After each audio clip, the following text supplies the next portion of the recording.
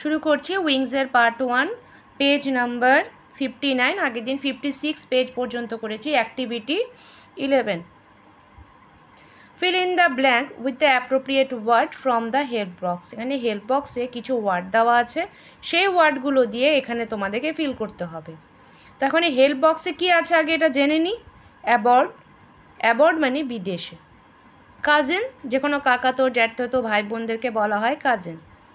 Vast মানে বিশাল। Explore মানে আবিষ্কার করা। কার্টইয়ার্ড মানে উঠোন। স্ন্যাক্স মানে বিভিন্ন রকমের জল খাবার, পকোড়া, এই সমস্ত কিছুকে বলা হয় স্ন্যাক্স, ভাজা জাতীয় জিনিস। তো এখানে এ নাম্বার বলছে Suhana is an intelligent girl. Suhana একটি খুব বুদ্ধিমতী মেয়ে। She went to go abroad for research. সে রিসার্চের জন্য বিদেশে গিয়েছিল। বি নাম্বার এখানে একটা করে দেওয়া আছে। B number, I went to my uncle's house to play with my cousins. আমি আমার কাকার বাড়ি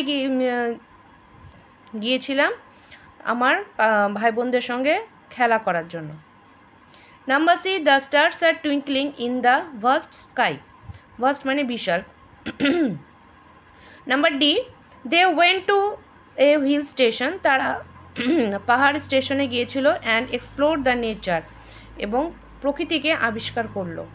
the boy sat in the courtyard. ছেলেগুলো উঠোনে বসে আছে। Courtyard of the house. And ate snacks in the evening, এবং বিকেলবেলার জলখাবার খাচ্ছিল। হয়ে গেল 11 অ্যাক্টিভিটি। এরপর আসছি আমরা অ্যাক্টিভিটি 12-এ। 12-এ বলছে replace the underline word with the words given in the help box below having the same meaning synonyms. Synonyms মানে একই রকমের ওয়ার্ড যেটা, সেটাকে বলা হয় সিনোনমস। এখানে আন্ডারলাইন করা যেগুলো আছে তার পরিবর্তে কোনটা বসবে, এখানে সেগুলো দিয়ে দেওয়া আছে। The forest is a place to discover. Discover মানে আবিষ্কার করা, তার পরিবর্তে বসবে এক্সপ্লোর। এক্সপ্লোর মানে আবিষ্কার করা। Explore immense nature beauty of the world. I greatly, এখানে হবে immensely. Like the silent. Silent মানে চুপ থাকা। চুপ থাকা ইংলিশ হচ্ছে কোয়াইট। এই যে কোয়াইট, কোয়াইট হলো। Atmosphere of the forest. I spend some unforgettable, যেটা মনে থাকে, হ্যাঁ, স্মরণীয় হয়ে থাকা। এটা হয়ে যাবে এখানে মেমোরেবল। এই যে memorable, memorable days in their. বোঝা গেল ব্যাপারটা। এবার চলে আসছে আমরা পরের পেজে। পরের পেজে বলছে অ্যাক্টিভিটি 13-এ বলছে make sentences with the following word, use words from the help box. এখানে হেল্প বক্সের থেকে কিছু ওয়ার্ড নিয়ে এখান থেকে তোমাদেরকে বলছে পুরোটা ফিল আপ করতে। Vacation, I will go to Digha on summer vacation. আমি সামার ভ্যাকেশনে দীঘায় যাব। অ্যাবোর্ড মানে বিদেশ। My sister will go for study at aboard. আমার বোন পড়ার জন্য বিদেশে গেছে, বিদেশে যাবে। গ্লোয়িং বলছে the sun is glowing brightly. সূর্য উজ্জ্বলভাবে জ্বলে। ইমেন্সলি মানে খুব ভালো লাগে। I like to draw pictures immensely. আমি ছবি আঁকতে ভালোবাসি, খুব ভালোবাসি। এখন দেখো একটা জিনিস, এখানে আমি তো ড্র পিকচার্স লিখেছি, এখানে এখন রিডিং আছে, তাহলে তোমরা এখানে রিডিংও লিখতে পারো, যেহেতু হেল্প বক্স দিয়ে দেওয়া আছে। তো আমি প্রথমে এতটা ফলো করিনি, তাই বলছি এখানে তোমরা I like to read books immensely দিতে পারো। হলো, এরপরে পরেরটায় আসছি। দেখো এখানে একই রকমের মানে তোমাদের এখানে বলেছে যেটা, সেটা হচ্ছে একই টাইপের যেটা উচ্চারণ হবে, সেই উচ্চারণ অনুযায়ী এখানে তোমাদেরকে মিলিয়ে লিখতে হবে, যেটা র্যামসে হয়। হ্যাঁ, তার জন্য এখানে হেল্প বক্সও আছে। এই হেল্প বক্সটাও নিতে পারো।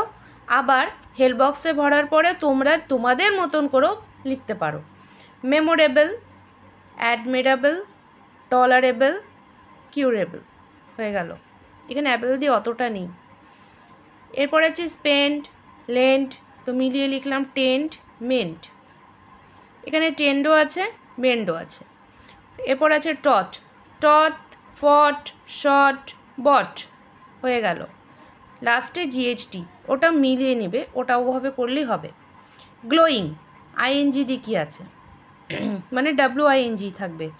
রোয়িং, শোয়িং, থ্রোয়িং, এখানে কয়েকটা ছিল, এখান থেকে কিছুটা এখানে রোয়িং আর শোয়িং ছিল, থ্রোয়িং ছিল না, থ্রোয়িংটা ঢুকিয়ে দেওয়া হলো। ডিশ, ফিশ, উইশ, সুইস, এই যে সুইস দেখো এখানে উইশ আছে SH দিয়ে, ফিশও আছে, এখানে আর এক্সট্রা ঢুকানো হয়নি। ফার্স্ট, লাস্ট, মোস্ট, ফার্স্ট হয়ে গেল। এরপরে আসছি আমরা পরেরটায়। দেখো এখানে অ্যাক্টিভিটি অ্যাক্টিভিটি 13-এরই একটা পার্ট আছে। Last Sunday your uncle, aunt and cousins came to your house.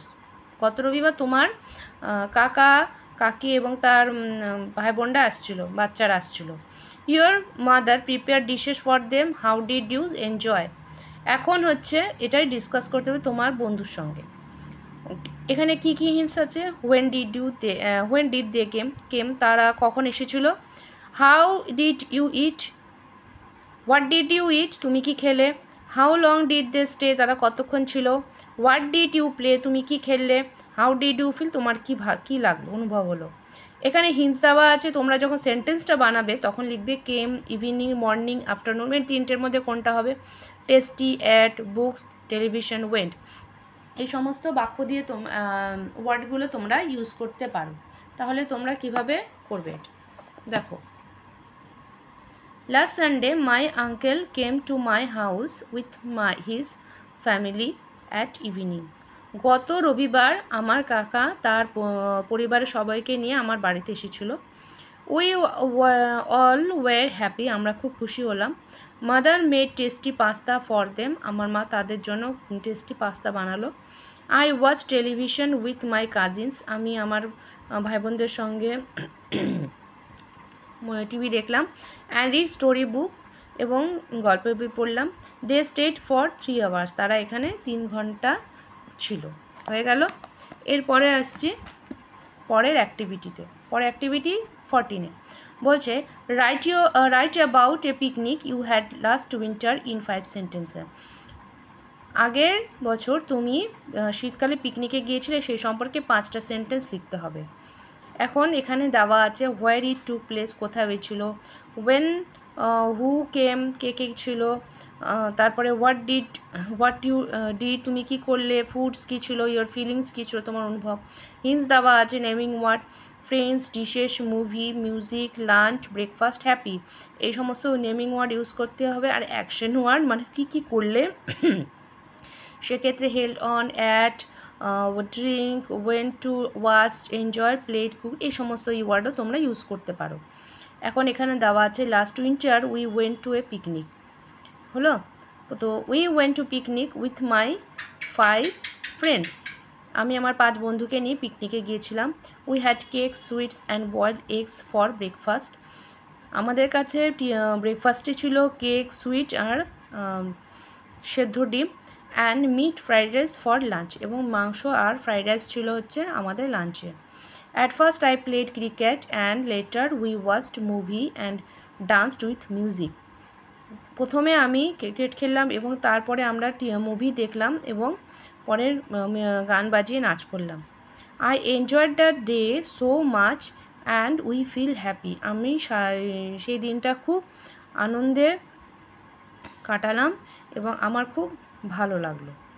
হলো, ঠিক এতটুকু লিখলাম, বেশি দিলাম না, যেহেতু তোমরা ক্লাস 4-এর স্টুডেন্ট, বেশি দিলে একটু প্রবলেম হয়ে যাবে পড়তে।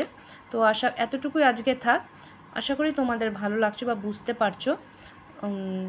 যদি ভালো লাগে অবশ্যই একটু লাইক করো আর শেয়ার করতে ভুলো না।